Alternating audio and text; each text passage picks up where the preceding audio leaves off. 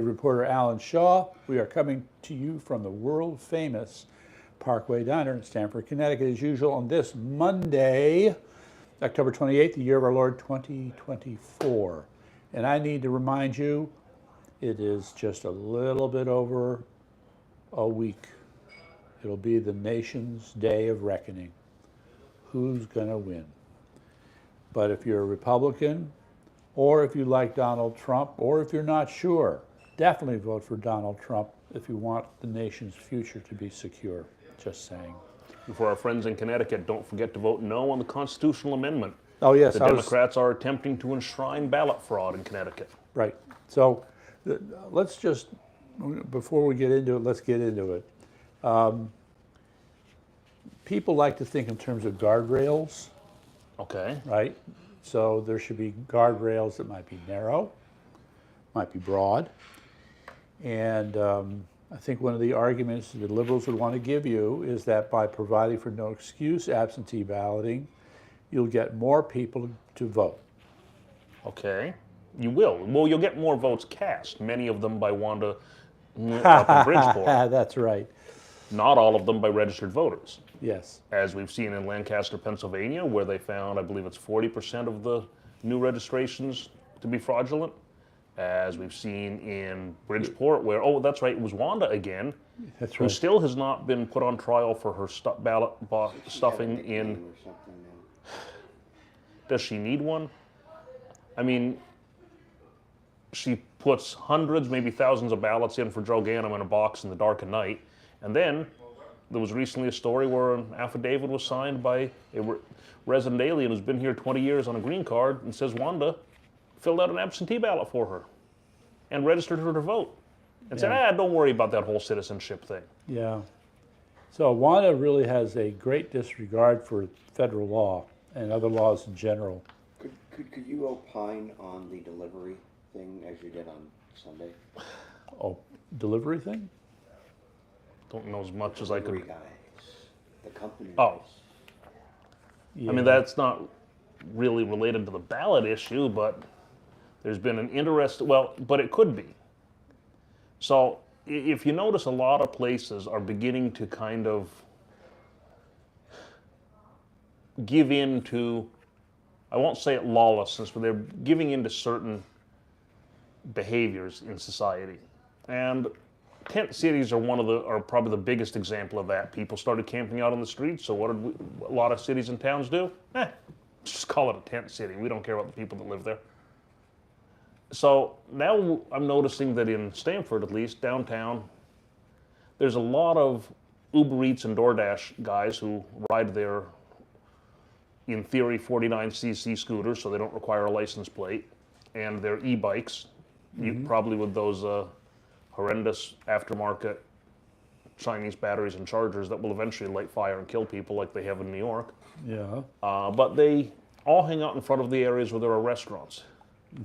And what's the response to this when they were hanging out on the steps of the library? Oh, wow, we don't want them hanging out on the steps of the library, so should we do something about the loitering? No, let's put picnic tables in. Right. Because that's what they need, is a place to sit while they're blocking the sidewalk. Okay.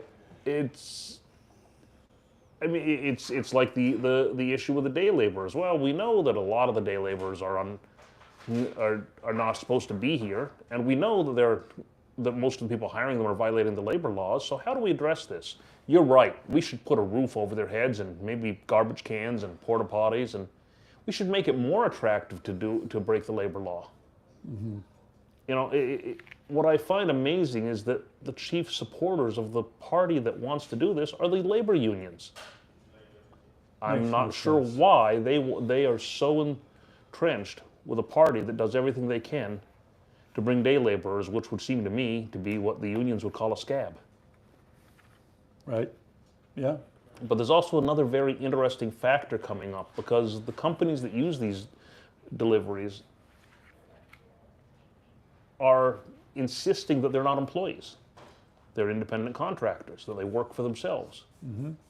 And part of this is so they can avoid certain payment plans. But I saw a video the other day on something called algorithmic wage discrimination. And this is the idea that you can put a bunch of Uber drivers together on that same table, and they will all get offered the same delivery or the same ride, and they'll be offered different rates. And Uber, Lyft, DoorDash, all these people will not explain how they decide. There's been allegations of discrimination. One commenter thought that possibly female drivers were being offered a lower rate. Nobody really knows how it works. If you get a better rate by working more hours. But of course, when you work more hours for one of these services, it drops what you're making per hour down. Yeah. And California, I think it was California and Oregon, both very leftist states, said, wait a minute, these people are working for less than minimum wage. And that kind of flies in the face of this lefty dream of making, I don't know, what is it, like $1 billion an hour now for minimum wage, so that you can be at your starter job for until you're 90. But, oh wait, we raised the minimum wage up, but then we discover there's a whole group of people that are working for less than minimum wage. Yep. It means it's not really a minimum wage, and nobody really knows how to deal with it, and it's this contractor versus employee issue. Well, they're aiding and abetting people who are working for less than minimum wage. Absolutely. They expect them to work for it, but they don't. And if you make this area comfortable, if you say, okay, we're going to put picnic tables and chairs, and we're going to, you know, I can't wait until the snow when they probably are going to build bus stop-like enclosures for these e-bikes. And how is that not aiding and abetting the people that are essentially engaging in this algorithmic wage discrimination? Right. So while you're busy feeling this sense of injustice, I think it's worth noting that at the end of the day, a service is being provided. Yep. And so the quote employer, or the people who uses the independent contractor, is happy. The customer who gets the food is happy, and he's happy for whatever money he gets. Right. Now I can tell you that the algorithms they use are pretty much considered a trade secret, like the formula for Coca-Cola. They will tell you that they base the delivery fee on a combination of the distance from the restaurant to you and the availability of drivers in the area. But I can tell you can look on most of these apps, and right here at the diner we're in, you could bring up a delivery here and it would be one price, and next door at Burger King there would be a completely different price. All right. You can't tell me that there are more drivers available 25 feet away. Okay, but it sounds like it might have a geographic component to it. If it does, explain to me how it would be cheaper to pick up here than there if you're going south. Right. I'll throw in geography and timing. I'm going to say that the restaurants are probably negotiating a delivery rate, but nobody wants to let them know that. All right, you might be right about that. Because I can tell you the Burger King was consistently a $5 rate or a $7 rate to deliver to downtown Stamford. All right, then it sounds like the rate is a function of the order. Well, no one really knows. Yeah, well, something to investigate, Mr. Senior Investigative Reporter. There's a lot of people investigating this already, and no one really knows how these things work, and no one really knows how it affects. But what's interesting is a lot of these same things seem to like they're targeting these recent immigrants. I mean, the other day, if you were standing out by us, you'd see a lot of people that, granted, I didn't talk to them, I don't know where they're from, but I'll tell you what, they seem like a lot of the people that we've been hearing about in Springfield. And they're coming and they're saying, okay, this is a good job for an immigrant, and the Democrats are all about, oh, look, we're helping the immigrants. Wait, are you saying deliver by day and rob by night?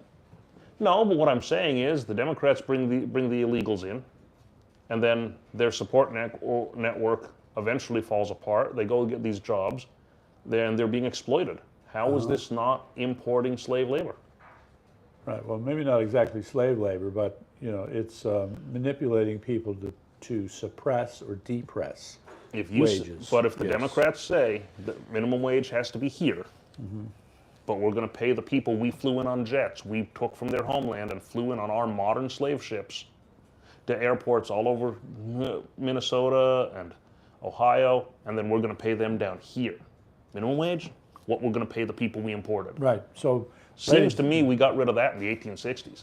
Maybe. So, ladies and gentlemen, I just want to remind you that what Senior Investigative Reporter Alan Shaw has just outlined is a reminder of what we started out with, which is to vote no on the no excuse absentee ballot, because these problems that we're describing will only become greater if something like the no excuse absentee ballot is allowed to go forward. So all the more reason to vote no on it. Now let's get on with the next thing. StopBogusBallots.com. We mentioned that before. Go to that website. Okay. And that's right, Lamont is deaf, get louder. So here we go, his office. We still want our money back from the public charges scam on our power bill. Will be in the comments. What? The contact information will be in the comments. It'll be in the comments. Oh, Yep. okay, good. There'll be I a pinned feel better. Or comment. in the description. Yeah, okay. So this week's theme is part of our State of America series. This is presentation number 7. So next Monday will be the last day before the election. And tonight, very briefly, I wish to offer my editorial comments on the subject of elites and the art of deceit. So here's the problem. As I started to write this piece, I was discovering more and more examples of deceit carried out by more and more aspects of society.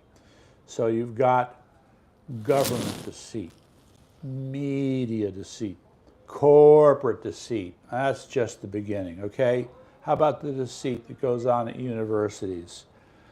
And this became problematic for me because I like to think in terms of honesty, integrity, and being straightforward.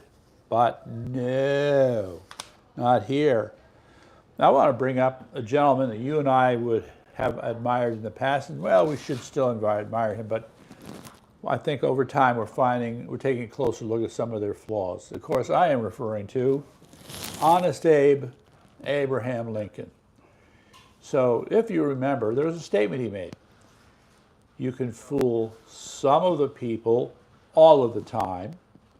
You can fool all of the people some of the time, but you cannot fool all of the people all of the time. And I just add parenthetically that if anything approximates an attempt to fool all of the people all the time, that would have been the COVID scamdemic, okay? And the fact that enough people woke up to it, yeah, I think pretty much makes that clear. But here's the problem. Here we had Abraham Lincoln addressing the issue of deceit, and it was in the context of the government fooling or deceiving the American people. Would you expect a comment like that from Abraham Lincoln? No, I would not, okay?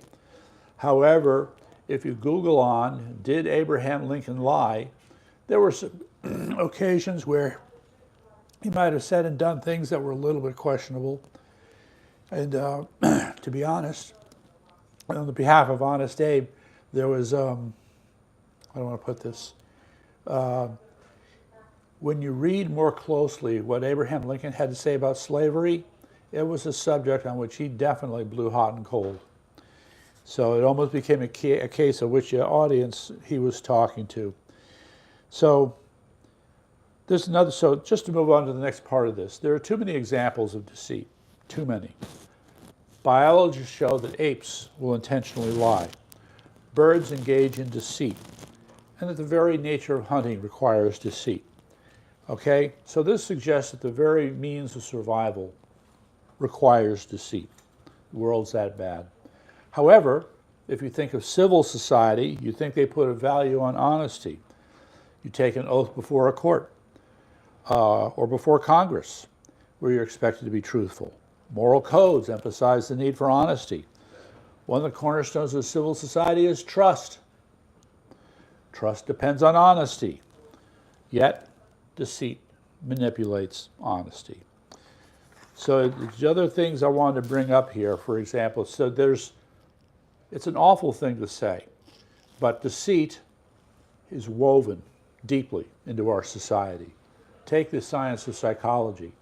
You have experiments that use what's called the white lie.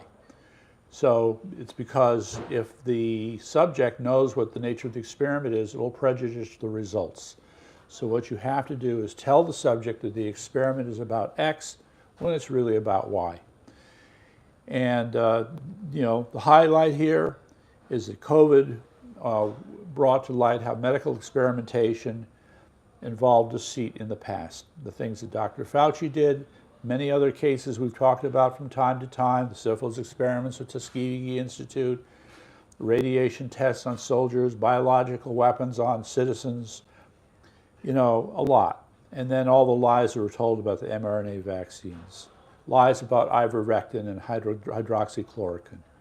So it's, I don't know where to start here, other than to say there has to be a standard for honesty and integrity. That was violated, especially during COVID.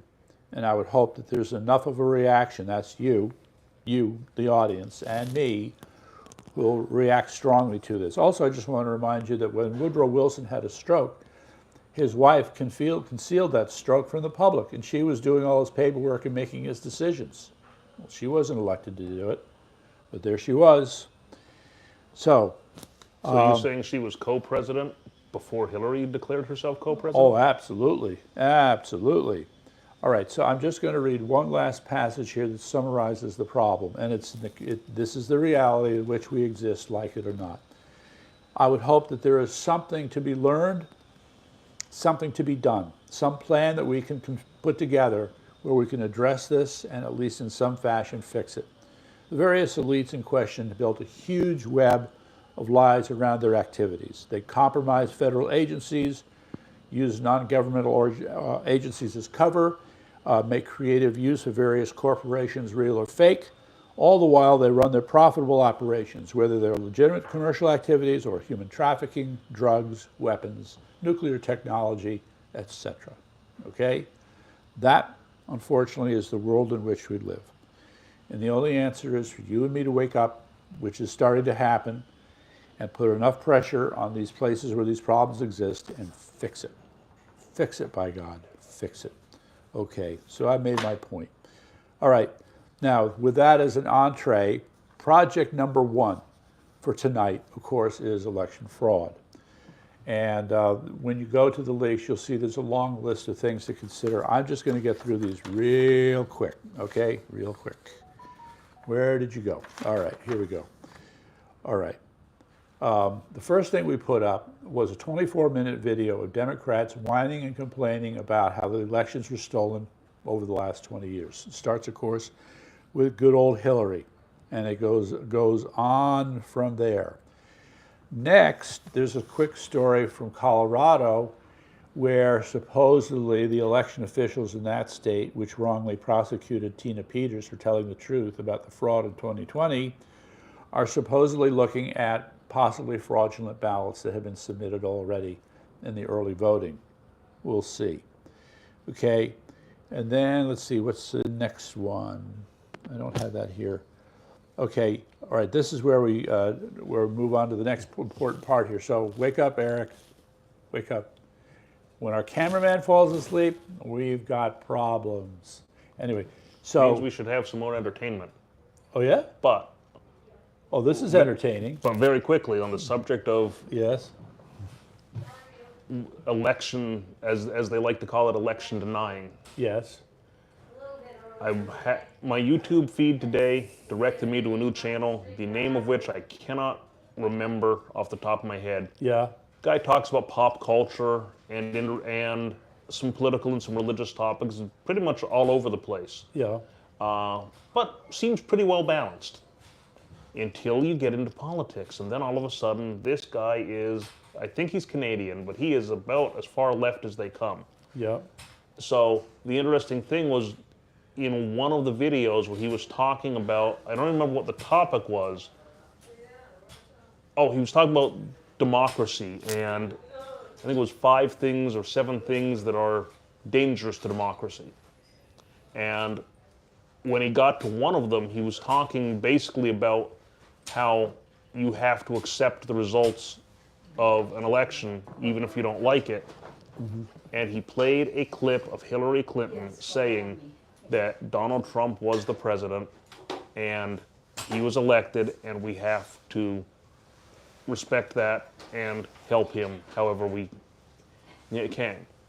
Now, what I found was interesting, and I commented on it, he has not commented back to me. I said, wow, I'm very interested that you picked that clip. You didn't pick the ones of her saying that the election was stolen. But it's little things like that that become the revisionist history. It's little deceits. Interesting. What I'd There you call go. editorial deceits. Here's a guy who has nothing to do with the party itself, nothing to do with the election process. I mean, he makes these videos on interesting topics, and like I said, he seemed pretty balanced in his presentation in each video until he gets to something political, and then it's like, oh, well. Now, I did notice, looking through his other videos, that he does have about an hour and a half long one on why Trump shouldn't be president. So, Yeah. you know, first of all, I disagree with that very notion, but second of all, I don't think Canadians should be commenting on our elections. You had your chance to be part of the new nation. You said no, would like to stay British, and in the case of Quebec, French. Well, So you had your chance. but then you had Trudeau. You know, he's a Klaus Schwab acolyte. Absolutely. So, anyway, okay. So let's jump to the thing that's here. All right. So this is another example of how Democrats manipulate the election. You may have seen it. It's where Kamala, after all the grief over whether or not she worked at McDonald's, finally produced what turns out to be a fake photograph of her in a McDonald's uniform. Take it away, Alan. So there's a couple of things with this. I first came to this story from our friend Viva Fry, part of Viva Barnes Law, another great YouTube channel here. But on looking at some more stories on this, no one seems to know who created this picture. But once it was out there on the internet, there were various leftist sites, including various influencers, saying, see, look at this. This is proof that Kamala worked in McDonald's.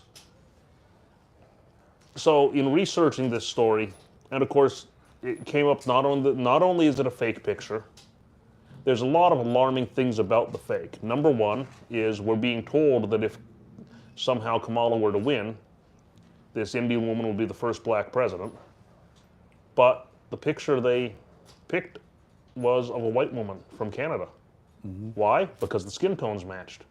So the first black president matches the white woman from Canada, who, by the way, is dead because this picture came from her memorial page after she died of cancer. So they basically stole a picture from a woman who died of cancer. And again, the Harris campaign has maintained plausible deniability. For those of you that remember the movie Independence Day, and the scene on the airplane when they said, well, can't we just land at Area 51? Isn't that a base? And the president goes, oh, that's not real. That's just a myth. And one of the generals turns to him and goes, well, Mr. President, that's not exactly true. Right. You know, plausible deniability. And we don't know who made the picture. We don't know whether they were paid by the campaign or not.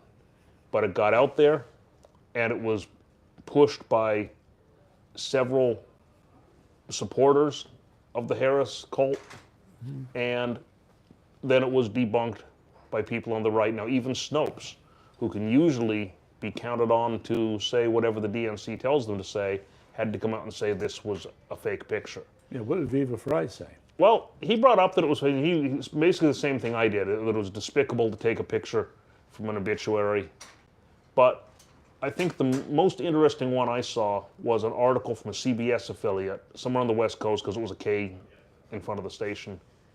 And they were comparing the two pictures. They would not admit that it was done in an effort to support the Harris campaign. But what they did do was say that when they were looking at them, well, the furniture in the background was similar. No, it's actually identical. And they brought up the backgrounds in the picture, and they brought up a lot of stuff, and it's like, oh, well, this is similar. Well, similar and identical are not the same thing. And when you look at it, you can even see that the books in the bookcase or the or the China in the China cabinet. It's clearly the same picture. The only thing different is the head. So it's not that this was similar. It's not that these two pictures might be the same. This goes back to Sesame Street. One of these things is not like the other. Mm-hmm. And guess what? The fake is there. And of course, what happens when you call out a lie from a Democrat? We don't know who did it, or I misspoke, or well, I think what you have to understand is that we only lied because you said we weren't telling the truth the first time. Nice try. Do we have the news? We have news. You don't think this is news? It's absolutely news. Yeah, well, there you go. Okay, well, this moves on to the next thing here, which I'm going to have Alan dig into later on. Okay, for those who know of the man, his name is Jerome Corsi. Quiet on the set. Quiet on the set. Jerome Corsi, who's written quite a few books. He's a Harvard graduate, and he's a very thorough researcher. So, in this article, his provocative title to the article is, "Are intelligence agencies planning to make voters obsolete?" So, I don't even know where to begin. The main point is that there's evidence that a number of voting machines in a number of states have algorithms in them which are there for no obvious reason other than to be able to fiddle with the results of an election, okay? So I'm just going to rattle off what these algorithms can do. False voters were introduced into the voter rolls using these algorithms. The algorithm covertly tagged for easy retrieval those records that were needed. False registrants requested absentee ballots. Now, if you had been at our rally yesterday, you will see we had 3 such false registrants, all from the graveyard. And then ballots and ballot envelopes were gathered at central collection points, which is just another case for fraud.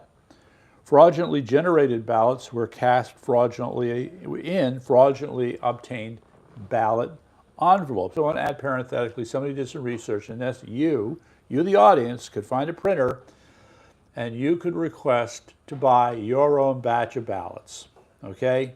Nobody's there checking you. You can buy your own batch of ballots. And then false voter records were updated to reflect false votes.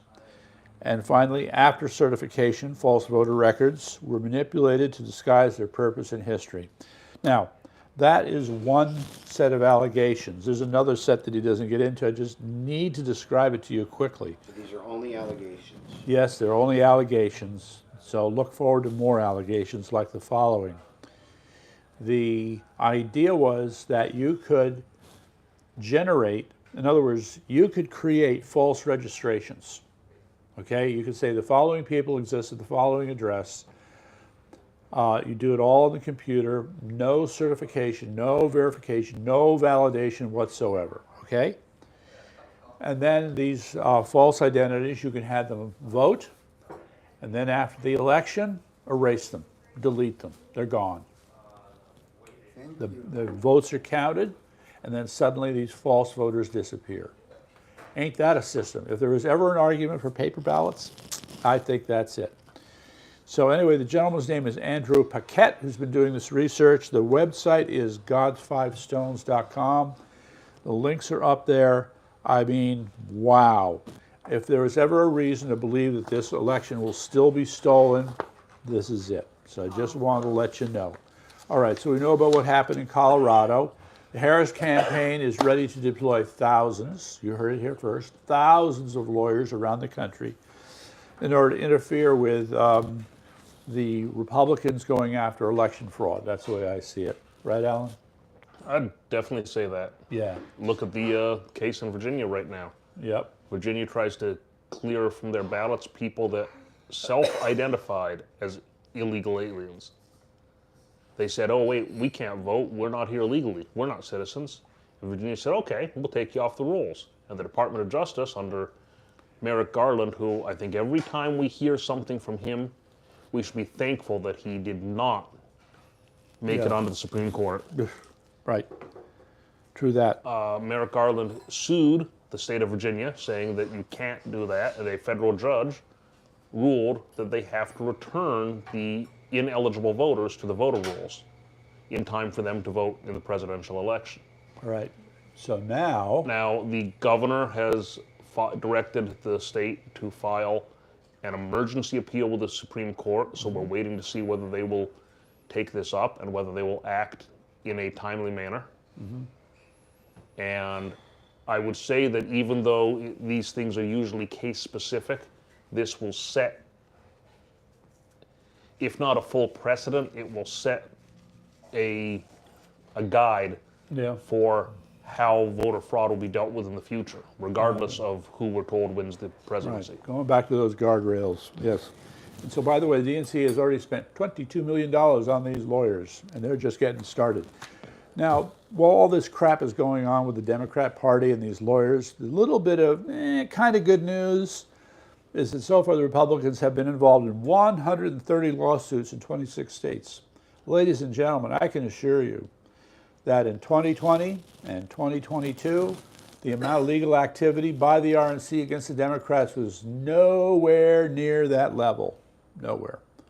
So it's the one small hope that enough pressure will be put on these guys to keep them from going all the way in their cheating. Doesn't mean they're going to stop trying, because we see all the signs they're going to keep doing it. Indiana County registers non-citizen to vote. Then somebody reports on what's happening in Pennsylvania, and oh my God, I'm just going to cite one stat. This article, you go to this link on Pennsylvania, man, oh man. Okay, 370,000 Pennsylvania voters registered to vote on a federal holiday when government employees were not working. So how do you show up at a government office and register to vote if nobody's there? I would say you do it by faking it. Yeah, so that one's interesting. Okay, meantime, also in Pennsylvania, it's Luzerne County Board of Elections manager Romilda Crocamo revealed that another election official, Beth McBride, had dumped off, let's see here, how many did they give the number?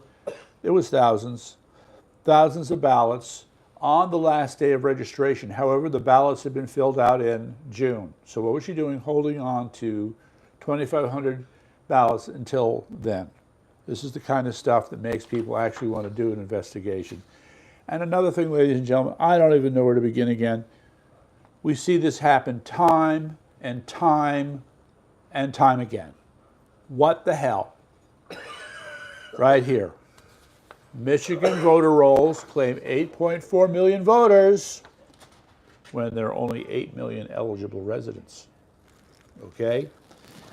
This is so obvious. Anytime you see this, it should trigger an investigation, but I lost count of the number of times where you had more registered voters than people who could vote.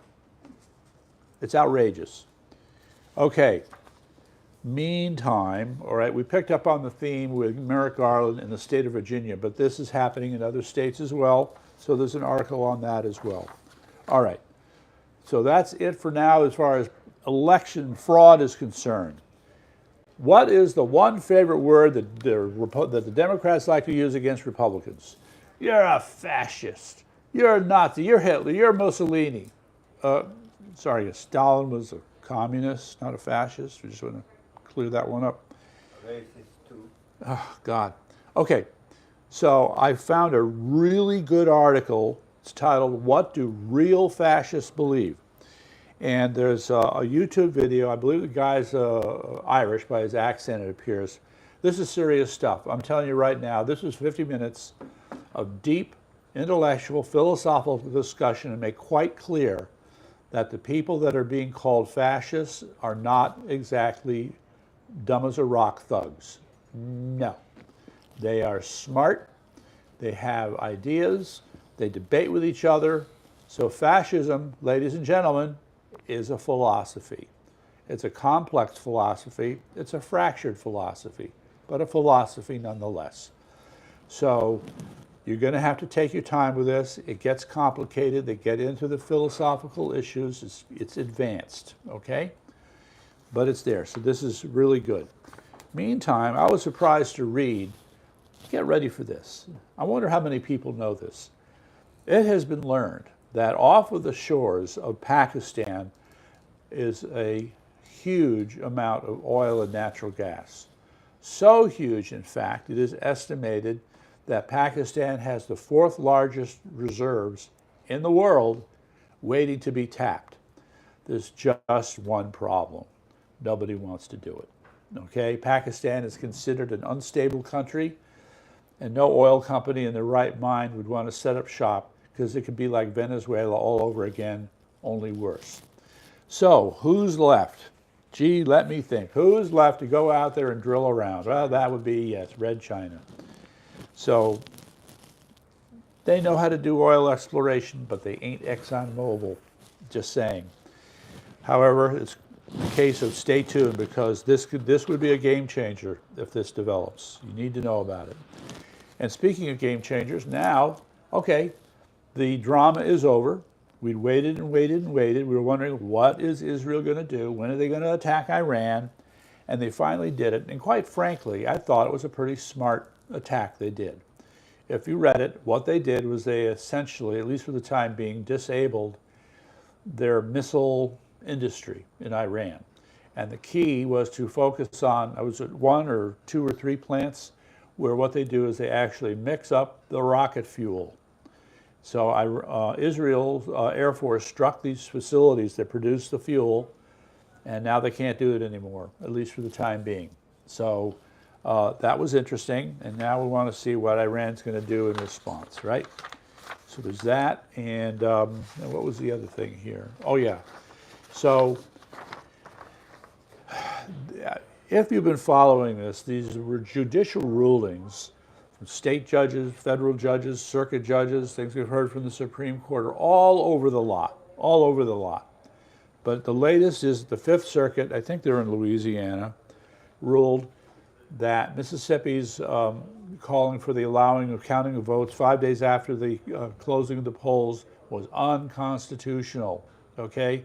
Thou shalt stop counting on what, midnight of election day. That's it. The gate closes after that. That's what they said. So we'll see if it's challenged, but this is good news. This is a blow for integrity. I thought you'd like to know that. And meantime, as I pointed in the Kamala's daddy gave her a spanking. Spanking's a little old, goes back in time a little bit, I admit. But her Marxist professor had warned in his own writings that mass immigration was a bad idea. How do you like that? This might explain why the two of them supposedly don't get along. And it's a lesson. You can have communists who don't agree with each other. So there you go. Anyway, the last story is, once again, is our continuing coverage of January 6th. So Jake Lang points out that Trump says the savage truth about the January 6th political prisoners that have been treated worse than they have been treated worse than World War II Japanese in internment camps. And that would be a very true statement. It is appalling. And I'll say personally, I look forward to the day when these prisoners are finally released and they turn around and sue these assholes. So on that happy note, I am done, and I'll see you next week.